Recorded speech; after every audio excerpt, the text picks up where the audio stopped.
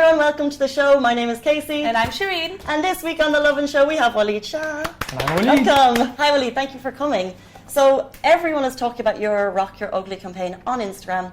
Can you just give our viewers a quick kind of synopsis about what it is? All right, so it actually keeps changing.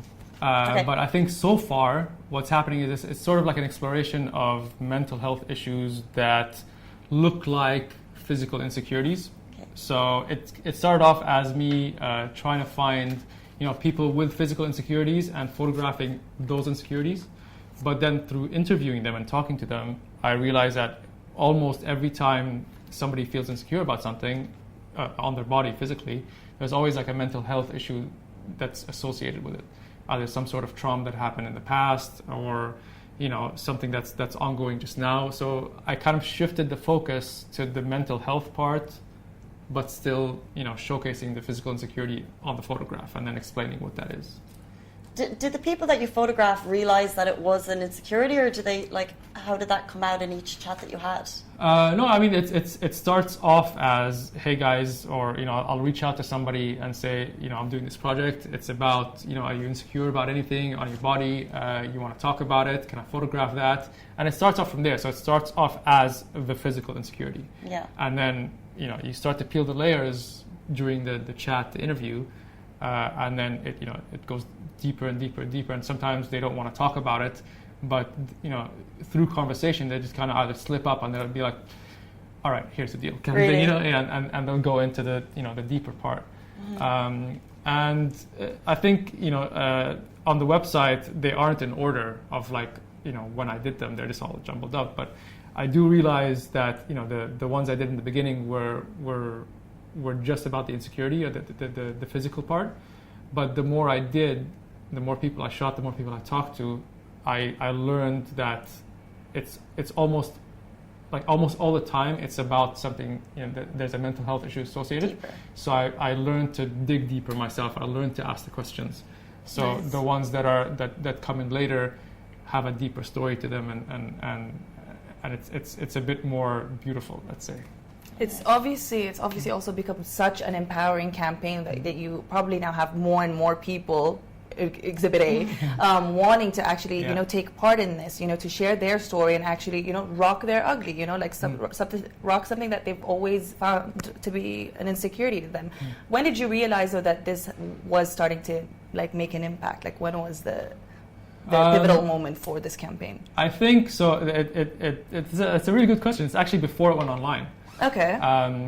I talked to people in sort of my extended circle about it privately. Okay. And then after I shot a few, I went to one of the parties, and people were like, "Yo, I heard about this thing you're doing, blah blah. That's really cool. Can we talk about it? When's it coming out?" I'm like, "It's actually I don't want it to be online yet. I don't want it to be in the online world yet. Feel free to talk about it, show the photos around amongst yourselves and stuff like that." But people started to approach me to rock their ugly, on a photo like that privately before it was online. So that's when I started to realize that there might be something there that might go a bit bigger than I had imagined. I mean that is real impact of the fact that people wanted to take part, without it having had to be on social media or anything. Yeah. Definitely interesting. It's amazing. It's like going viral without actually being online yet. That's very cool. Yeah. It was quite cool. It was I think it was maybe 2 weeks before I put it out, because a lot of people I'd approached said no, but they talked to their friends that when he's doing this thing. I said no, but if you wanna, so yeah, it was a nice wake up call that not everything has to happen online. Yeah. Online is for, let's say, the masses and everybody after it's done, but the process can be offline, and I really like that. Where did the inspiration for the whole campaign come from? Yeah.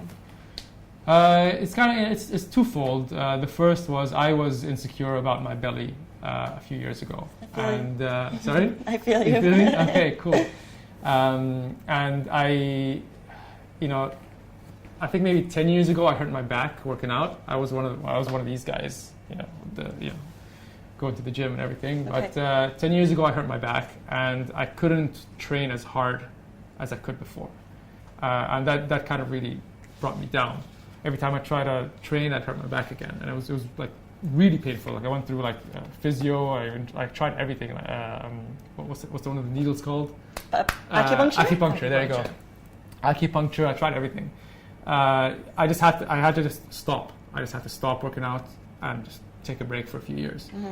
Then I got better, but then I couldn't just go back to the gym. I couldn't get myself to go back to the gym because I wanted to train really hard, but I knew I couldn't do it. So I went the opposite way. I just let myself go. I got fat, and I think it was either last year or the year before. I'm horrible with timings, but I got up one morning. I think it was on my birthday. I was like, man, I don't feel good. I don't look good.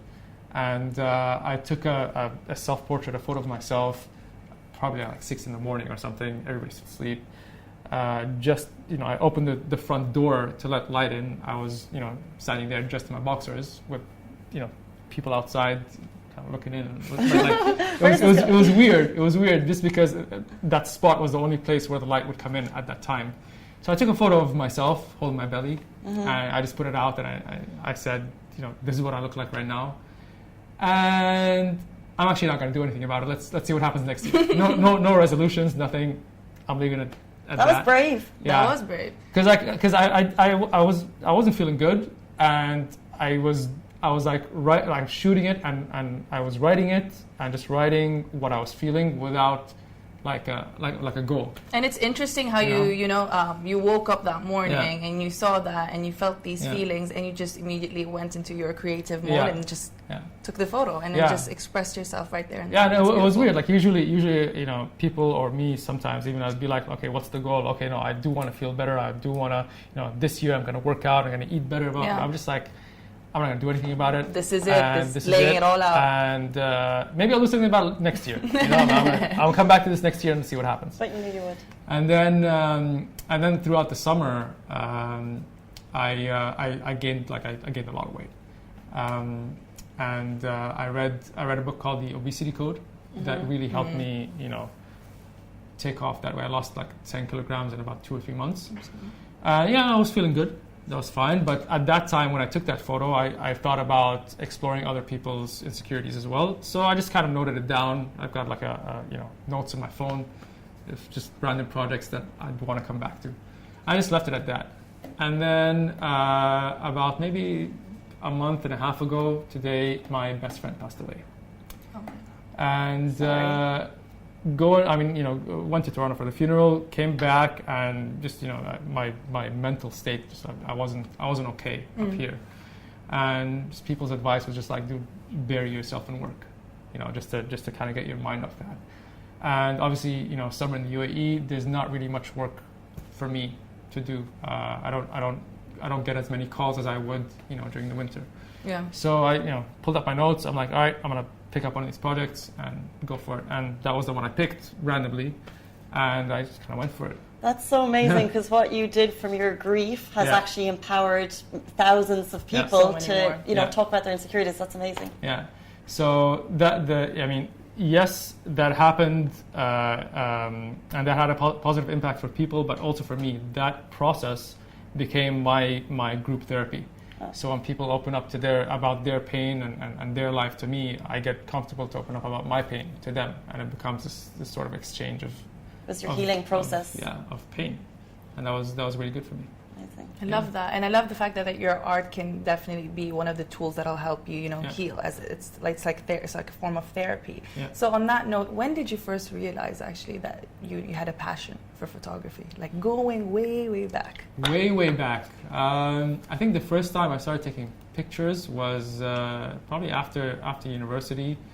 I think we went to Australia and New Zealand with my best friend, and his roommate gave him an SLR camera, a DSLR, and he's like, "Yo, I got this camera for our holiday for my roommate." I'm like, "Okay, cool," and it was mine for the trip. Like he didn't touch it. It was just mine for the trip, and I started shooting photos over the trip, and that was my first time, experimenting with photography. And then I kind of liked it. I just kept doing holiday stuff and just random stuff around town.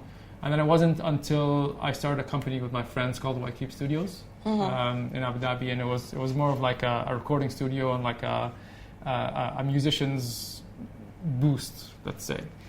And to market the company, I was shooting the photos of like just people coming in and jamming or recording or at our events or something. And I just got better. I just got I got pretty good at it and grew from there. And then people started to hire us to shoot photos instead of record music. Okay, cool. I can do this. Worked for you. Yeah. Worked for you. So you're obviously a professional photographer, and you work with all different types of brands. But if looking at your Instagram feed, it's amazing because it's quite a mix, and everything is shot beautifully. What do you enjoy to shoot? Yeah, I think I enjoy the people aspect the most. I enjoy talking to the person in front of me, and it's the portraiture side. The people side can be like fashion or lifestyle or whatever, but I actually like the person. When I'm shooting like maybe a team of people in a company or a portfolio for an artist or something, I get to just kind of hang out with the person, have a chat and really show their personality in the photo. You love the personal side of it. The personal side, yeah. And you work with a lot of brands, obviously, and you're also a creative. So how much freedom do you feel you actually are allowed when you get to work with brands, like big brands? Not much, to be honest. Yeah. And that's I actually take pride in that as well, because one of the things I think companies and brands reach out to me for is I can follow a brief. Okay. A lot of people be like, no, I don't do this or I don't do that, or this is not. So it's almost like the client is separate to your own art. It's very separate. So when I get sent a brief, I will shoot exactly to brief, on time, on budget, and that's kind of my thing that I even I teach as well. That's nice. Yeah. So in terms of everything that we've seen, what would be like? I've seen some really really nice pictures, but what would be your career highlight or your favorite shoot or memorable moment that you just that sticks out to you? Career highlight, I think, would be the Louvre last year.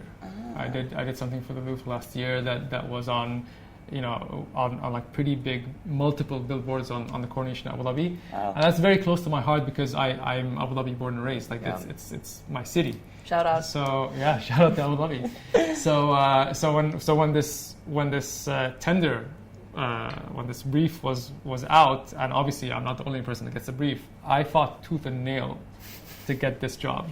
So it is beautiful. What does that fighting tooth and nail mean to get a job? It's a mixture. A lot of people will be like, you priced it down. No, it's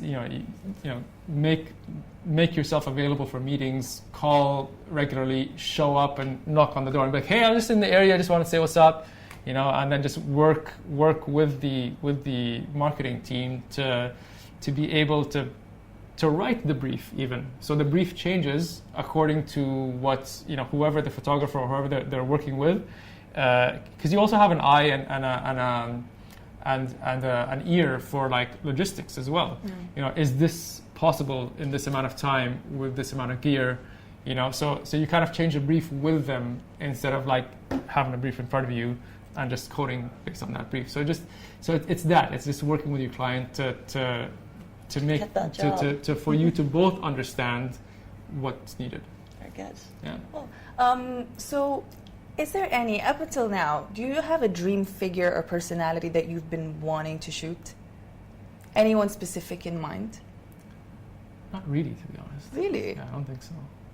So it's more... It's a good question, but no one's ever asked me that. I don't think I've ever thought about that. Nothing really comes to mind. They're like, oh, that person. Because I guess you have so many ideas throughout the day, like you said, that you list it down. And it's not that. It's more. I think the excitement comes where it's not about like how big of a celebrity that person is. It's more of like how much can I talk to this person and get bring out in a photograph. Love. So yeah, it's not really about the celebrity status of the person. It's funny. Most of the celebrities I've shot, I usually don't know who they are until after. So somebody tells me, oh, this is, by the way, this is this person. And I'm like, oh. okay. So then you get to know them on your own Exactly, basis and have And I form like your that. own I like that. opinion of them. That's like better, that. You're clearly like quite a personal person. The fact that you're able to draw these stories from these people, so that was really nice to hear. Yeah, it's you know, someone told me, like, how do you get people to talk to you like that? I don't understand. Like, you just sit with a person and get them to express, to you know, open up their heart. Share. I don't really know. People just kind of tell me stuff. I think you have to be open for it. Yeah. You give off that vibe, so then they reciprocate that, you know. So on another note, like that, we have a lot of aspiring photographers that look up to you. I shared my story of you coming over to the studio, and a photographer in Bahrain, shout out. He's here. Is a really big fan of yours, and so what's your advice actually for any, you know, all the other aspiring photographers Or creatives. in the industry? Yeah, it's probably, you know, it's a very difficult life to separate your business from your art. But I think once you learn to do that, and if that's what you want to do in life, you know, that's what you probably need to do, is separate your business from your art. Where you know, you kind of go off and do your own thing, and that's your personal thing. But when it comes to client work, you got to do what the client, you know, needs. And marketing yourself is almost counterintuitive. You know, it's like, no, I want to go and do my own stuff and get hired to do my own stuff. yeah. Whereas, well, not really. It doesn't really work that way. You got to go and also, you know, shoot and test shoot stuff that you think clients will look at and be like, you know what, that works with my brand. So you got to have both, you know, at the same time. So yeah, separate your business from your art is probably the one piece of advice. I think that's fair, because a lot of people think that you can just be as creative as you want, but you touched on it already, that you actually have to follow what the client says, and I think anyone who works for brands knows that. So it's a very fair, realistic piece of advice to give. Before we get to tell us what you really think, before we go, do you have any shout outs that you'd like to give? I think shout out to my wife, to be honest. Yeah. Shout out, wifey. Yeah. She's been really supportive through all this process, and you know, she writes some of the stories as well. I usually record them and then get it transcribed like on a program, and she sits and writes some of them. So yeah, she's been an awesome help with this. Is she watching right now? I'm not sure. I have no idea. And guys, if you want to read all the really, really insightful stories on Rock Your Ugly, name your site? It's WaleedShah.ae. Yeah, just WaleedShah.ae, or you know, my Instagram page, Waleed Shah. It's a powerful read, each of the different stories. Yeah. Really good. We'll link it down in the comment section after this has gone live. And so for now, let's start the Tell Us What You Really Think segment. Waleed's been nervous. Why are you worried? Yeah, I don't know. I love Let's seeing see. our guest faces Let's when see. I'm about to introduce this segment. So basically what we do with the Tell Us What You Really Think segment, you guys, is we give our guests one word each, and they just have to respond with a really quick, brief thought after saying the word. So are you ready? All right. Okay. All right. Hit me. Do I start? You start. Barter deals. Go for it. No. Fujifilm. Love it. Red. Hat. Gary V. Inspirational. Are you taking in? We kind of stalked you for some of these words. Sorry? We kind of did a bit of background check on Oh, your really? Instagram for some of these words. Yeah. Okay. Cool. Abu Dhabi. Home. Influencers. No cursing allowed. Yeah. What? Influencer. A reaction. Yeah. A justified reaction. Social media. Tool. Music. Life. Selfie sticks. Cut 'em. And last but not least, Dubai. Entertainment. Love that. Love that. Nice Thank way you. to finish. Thank you so much. Abu Dhabi is home. Dubai is entertainment for me. Abu Dhabi's home. Dubai is entertainment for him. Well, I would say the other way around for me. But yeah, interesting. Cool, yeah. Well, Abu Dhabi's like a slower pace of life, I think, and there's obviously a lot to do here, so I get that. Yeah. Makes sense. But thank you so much, Cool. Waleed, for Thank you guys joining for having us. me. And thank you for sharing your story. I'm sure a lot of our viewers have been really interested in hearing about, you know, the stories behind Rock Your Ugly, since it has been a very inspiring campaign so far. And we can't wait to see more of the photos and There's more more people coming. coming up and, you know, there's more opening coming. up and sharing up about their insecurities and how they've overcome it. And thank you so much for helping bring that to light. Thank you. Thanks for having me, guys. Not at all. We're back next week, same time, and see you soon. Bye. Bye.